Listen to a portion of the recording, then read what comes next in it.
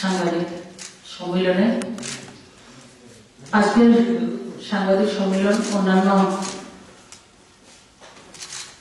পত্রকার যে বার্তালাপ তার থেকে একটু গুরুত্বপূর্ণ। আমরা সবাই জানি, আপনাদের মাধ্যমে জানি যে কৃষকদের যে কৃষি বিল পারিত করা হয়েছিল সেটা নিয়ে একটা বিভ্রান্তি দেশে তৈরি করছে কিছু রাজনৈতিক দল বা কিছু সংগঠন। তো আমাদের যেহেতু আমরা সরকার পক্ষ, আমাদের দায়িত্ব হচ্ছে কনভিন্স করা। তো আমাদের কেন্দ্রীয় সরকারের কৃষি মন্ত্রী, বিভিন্ন পীযূষ গোয়েল রেলওয়ে দপ্তরের মন্ত্রী 5 বার করে কৃষক আন্দোলনের নেতৃত্বদের সঙ্গে কথা বলেছেন এবং ওনাদের কথা ওনারা শুনেছেন, অনেক বিষয়ে সলিউশন ওনারা বের করেছেন। তো আজকে এই সাংবাদিক বার্তালাপ আমাদের এমপিদেরকে করার জন্য রিপোর্ট করা হয়েছে আমাদেরকে, যে আমাদের রাজ্য সেই বিষয়গুলি সম্বন্ধে আমাদের কৃষকদের, আমাদের নাগরিকদেরকে আমাদের পক্ষ বা সরকার কি করছে সেটা উপস্থাপন করার জন্য আজকে আমরা আপনার সামনে প্রস্তুত হয়েছি। আমাদের দেশ কৃষি প্রধান দেশ। জাতির পিতা মহাত্মা গান্ধী বলতেন যে ভারতবর্ষকে দেখতে হলে গ্রামে যেতে হবে। এখনো আমাদের 70% জনসাধারণ কৃষির উপরে নির্ভরশীল। বর্তমানে যে কোভিড সিচুয়েশন চলছে আমাদের ভারতবর্ষ, আমরা সবাই দায়িত্ব নিয়ে বলতে পারি ভারতবর্ষ একটা ভালো জায়গাতে রয়েছে। তার কারণ হচ্ছে আমরা কৃষি প্রধান, তার প্রোডাক্টিভিটি অনেক বেশি। সেই জায়গাতে আমরা নিজেদেরকে তুলে ধরতে সক্ষম হয়েছি এবং আমাদের মাননীয় প্রধানমন্ত্রী আজকে 2020 সালে কোভিড সিচুয়েশন এসছেন, কিন্তু 2014 সালে ক্ষমতায় আসার পরে উনি ঘোষণা করেছেন যে কৃষকদের আয় দ্বিগুণ করতে হবে। সেই কৃষকদের আয়, যে ব্যক্তি, যে প্রধানমন্ত্রী, যে রাষ্ট্রনায়ক বলছেন যে কৃষকদের আয় দ্বিগুণ করতে হবে, সেই ইস্যু থেকে আমরা বুঝতে পারি যে কৃষকদের লোকসান হবে এমন ধরনের কোনো আইন, এমন কোনো কাজ আমাদের প্রধানমন্ত্রী করতে পারেন না। আমরা লক্ষ্য করেছি যে কৃষক সম্মান নিধি, যারা আমরা কখনো কল্পনা করতে পারিনি যে কৃষক সম্মান নিধি কৃষকদেরকে ইয়ারলি 6,000 ওনাদেরকে দেওয়া হতে পারে, এমন ধরনের প্রকল্প যে ব্যক্তি, যে রাষ্ট্রনায়ক, যেটা গ্রাম, গরিব, কৃষক, মজদুরের জন্য করেছেন, সেই প্রধানমন্ত্রী কখনো কৃষকদের জন্য লোকসানদায়ক কোনো কাজ করতে পারে না।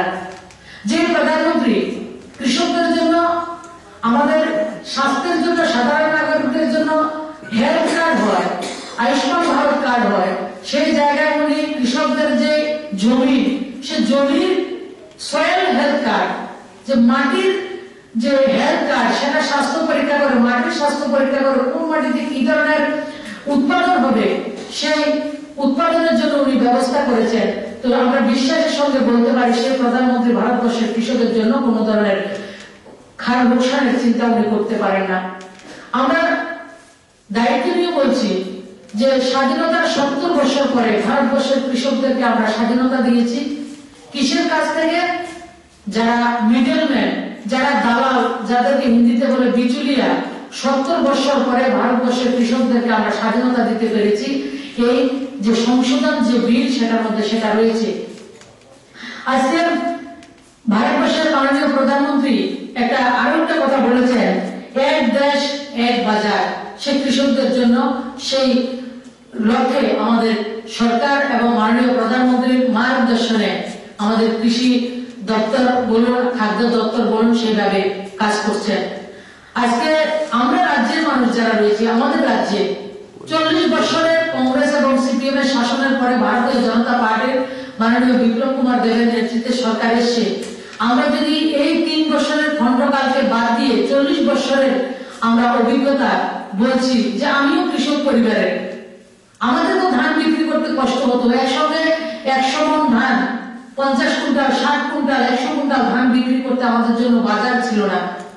আমাদের সামনে কি স্লোগান ছিল? যে কেন্দ্রীয় সরকারকে রাজ্যের কৃষকের ধান কেন্দ্রীয় যে এমএসপির মাধ্যমে খরিদ করতে হবে, দিতে হবে, করতে হবে, নাইলে যদি ছুটতে হবে। এই ধরনের স্লোগান আমরা 40 কমিউনিস্টের শাসনে আমরা লক্ষ্য করেছি। যারা আজকে প্রগতিশীল, যারা প্রতিক্রিয়াশীল যে আন্দোলন করছেন দিল্লিতে, যারা সেটাকে সমর্থন করছেন, জেএনইউ থেকে সবকিছু সেটার সঙ্গে যুক্ত রয়েছে, কমিউনিস্টের বন্ধুরা যুক্ত রয়েছে। আমরা কমিউনিস্টের শাসনে ছিলাম। আপনারা বলুন তো, 25 বছর এক নাগারে সরকারটা ছিল। দিল্লিতে পিভি নরসিংহ রাও থেকে এসডি দেবেগৌড়া, আইকে গুজরাল থেকে ইউপিএ 1 গভর্নমেন্ট, কেন্দ্র এবং রাজ্যে সম্মিলিত বন্ধু সরকার ছিল, অভিন্ন হৃদয়ের সরকার ছিল। কৃষকদের দিয়ে আন্দোলন করিয়েছেন, কিন্তু 100 গ্রাম ধান কৃষক সরকারের কাছে বিক্রি করতে পারেনি। এবং এমএসপিতে সহায়ক মূল্যে কখনো ত্রিপুরা রাজ্যের কৃষকরা, এবং আমি ব্যক্তিগতভাবে কখনো কল্পনা করতে পারিনি যে কৃষকের ধান সরকার খরিদ করতে পারে। বিপ্লব কুমার দেবের নেতৃত্বে সরকার আসার পরে এবং মোদীজির আশীর্বাদে আমাদের রাজ্যের কৃষকরা 7 মাসের মধ্যে 2018 সালের আগস্ট সেপ্টেম্বর থেকে ধান পারচেজ করা শুরু করেছে। প্রথম রেট ছিল 1750 টাকা। এই সিজনে আমরা ত্রিপুরা রাজ্যে ধান পারচেজ করেছে সরকার 1815 টাকা করে।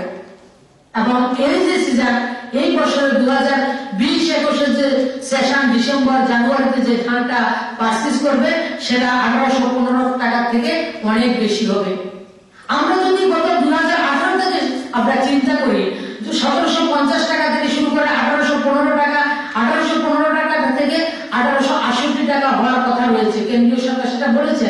আপনি 3 বছরে দেখেন ধানের দাম যে এমএসপি রেট বৃদ্ধি হচ্ছে। আর 2014 সালের আগে আমাদের রাজ্যে তো ধান আমরা কখনো সরকারের কাছে বিক্রি করতে পারিনি, স্বপ্নও ভাবিনি, কল্পনাও করিনি যে সরকার 1815 টাকা করে আমাদের বাড়ি থেকে, আমাদের ঘর থেকে ধান খরিদ করবে। সে স্বপ্নকে বাস্তবায়িত আমাদের মাননীয় প্রধানমন্ত্রী, আমাদের মাননীয় মুখ্যমন্ত্রী আমাদেরকে করে দিয়েছেন। কেন? আমাদের প্রধানমন্ত্রীর স্লোগান হচ্ছে কৃষকের আয় দ্বিগুণ করতে হবে, এক দেশ এক বাজার নির্মাণ করতে হবে। আর এই ধান বিক্রির জন্য কৃষককে কোন ধরনের গোল বাজারে বলুন আর যে কোনো বড় বাজারে আসতে হয় না, তাদের বাড়ির কাছ থেকে সে ধানকে খরিদ করা হচ্ছে। গত আজকে পর্যন্ত ত্রিপুরা রাজ্যের 27,735 জন কৃষক ত্রিপুরা রাজ্যে উপকৃত হয়েছেন, যার মধ্যে 48,716 মেট্রিক টন ধান আমাদের রাজ্যে আমাদের সরকার আসার পরে প্রথম এমএসপি আমরা ঘোষণা করেছি, আমাদের মাননীয় মুখ্যমন্ত্রী ঘোষণা করেছেন। এবং যার ফলে আর 86 কোটি 65 লাখ টাকা আমরা রাজ্যের কৃষকদেরকে দিতে পেরেছি। 86 কোটি 65 লাখ টাকা আমরা সরকার পক্ষ থেকে যে প্রকুরমেন্ট করেছে ধান আমাদের রাজ্যের কৃষকরা পেয়েছেন।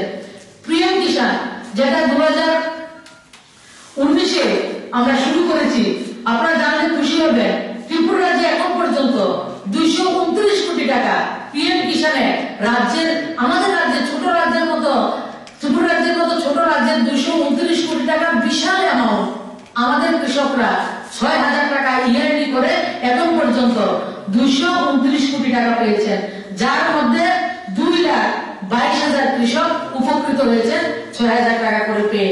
যে এই যে অ্যামাউন্ট, এই যে টাকাটা আমরা কৃষকদেরকে দিতে পেরেছি, এটা ভারতবর্ষের ভিশনারি যে প্রধানমন্ত্রী, যিনি কৃষকদের দ্বিগুণ করার কথা বলেননি, শুধু সে স্বপ্নকে বাস্তবায়িত করছেন, সেই কৃষক, সেই প্রধানমন্ত্রী আমাদের রাজ্যের কৃষকদের জন্য যদি এত কাজ করতে পারেন, তাহলে ভারতবর্ষের কৃষকদের জন্য উনি কত কাজ করেছেন সেটা থেকে আমরা উপলব্ধি করতে পারি।